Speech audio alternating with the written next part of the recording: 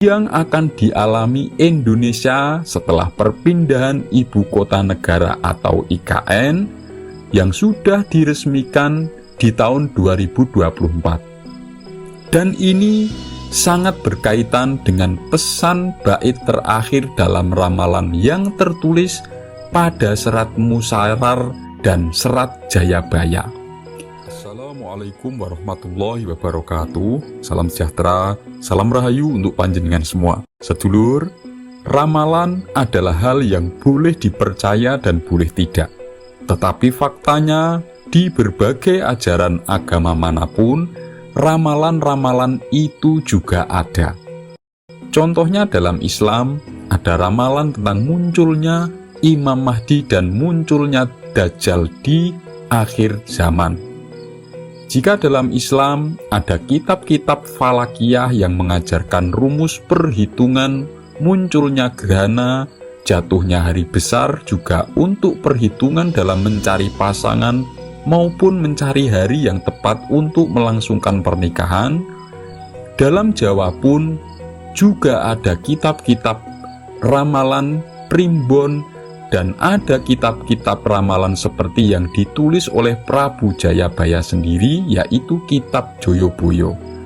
Ada juga primbon giri yang ditulis oleh Sunan Giri, lalu yang tidak kalah asing, yaitu kitab-kitab ramalan karya tokoh pujangga besar Jawa dari Keraton Surakarta yang hidup pada abad ke-19, yaitu Raden Ronggowarsito, seperti serat Kalatida, serat Sabdatama, lalu serat Musyarar, juga serat Jayabaya, yang isinya itu meramalkan tentang kondisi sosial, politik, moral, bahkan tentang masa depan Nusantara yang ada kaitannya dengan nasib yang akan dialami Indonesia setelah perpindahan ibu kota negara atau IKN yang sudah diresmikan di tahun 2024. Dan ini sangat berkaitan dengan pesan bait terakhir dalam ramalan yang tertulis pada serat Musyarar dan serat Jayabaya. Sebelum membahas lebih jauh bagaimana nasib bangsa Indonesia setelah pindah IKN menurut ramalan di serat Jayabaya, silahkan tulis komen apapun hajat dan doa panjenengan semua. Dan bagi sedulur yang muslim, marilah sempatkan menulis komen sholawat agar hajat dan doa kita semua terkabul. Dan inilah 7 peristiwa yang akan terjadi di Indonesia setelah perpindahan IKN yang akan menentukan nasib bangsa dan rakyat Indonesia di masa depan. Pertama, punya pemimpin negara yang bukan wayang atau boneka. Artinya, punya pemimpin negara yang tidak disetir atau dikendalikan oleh tokoh yang menjadi dalang di belakang layar. Termasuk juga punya pemimpin yang tidak lagi disetir dan dikendalikan oleh bangsa asing. Jika pada tahun Kolobendu yang menurut Condro Sengkolo itu munculnya sejak masuk tahun 1997,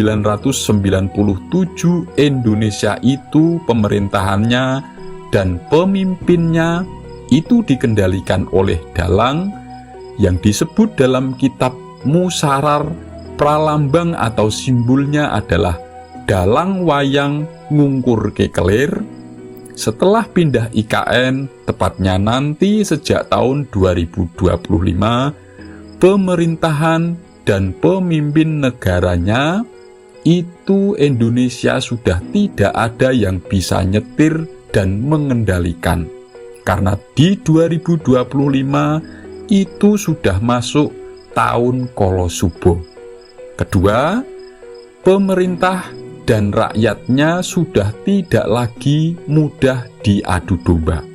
Jadi, jika sejak tahun 1997 atau sejak zaman Kolobendu itu pemerintah mudah diadu domba sehingga sering terjadi konflik atau saling serang menyerang antara institusi satu dengan institusi lainnya, seperti contoh yang pernah terjadi yaitu fenomena perseteruan antara Polri dengan KPK yang diibaratkan cicak versus buaya.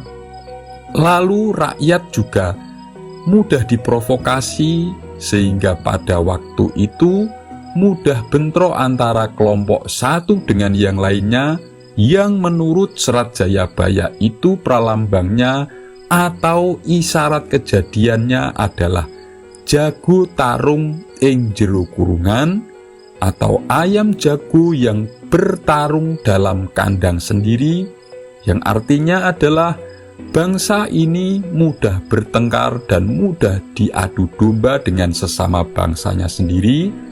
Maka semenjak masuk 2025 nanti itu tidak akan mudah terjadi lagi. Yang ketiga, rakyatnya mulai tersenyum, yang artinya segala hal yang sejak zaman Kolo Bendu atau sejak tahun 1997 itu membuat masyarakat kesusahan, kesulitan, membuat masyarakat menjerit dan menangis sedih, seperti contoh sulitnya perekonomian, sulitnya mendapatkan pelayanan negara karena berbagai macam penyebab, seperti contoh layanan kesehatan, pendidikan, dan lain-lain, yang ini diisyaratkan di Serat Jayabaya dengan kalimat sing nonton podo nangis, atau para penonton wayang yang menangis melihat pertunjukan.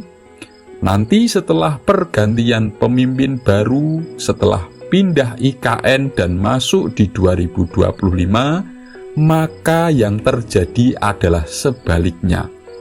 Itu karena adanya sistem tatanan yang baru, sistem digital yang akan mempersulit gerak aparat dan institusi pemerintahan, yang mempersulit pelayanan bagi masyarakat, termasuk yang berisiko pada tindak korupsi. Lalu yang keempat, perlahan kembali pada jati diri dan kebudayaan bangsanya sendiri.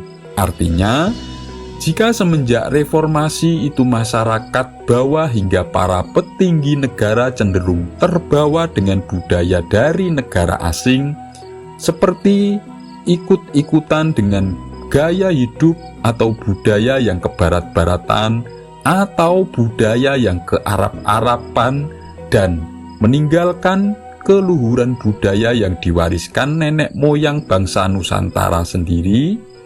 Nanti setelah pindah IKN dan masuk ke 2025, maka bangsa ini akan perlahan kembali pada keluhuran adat dan budayanya sendiri.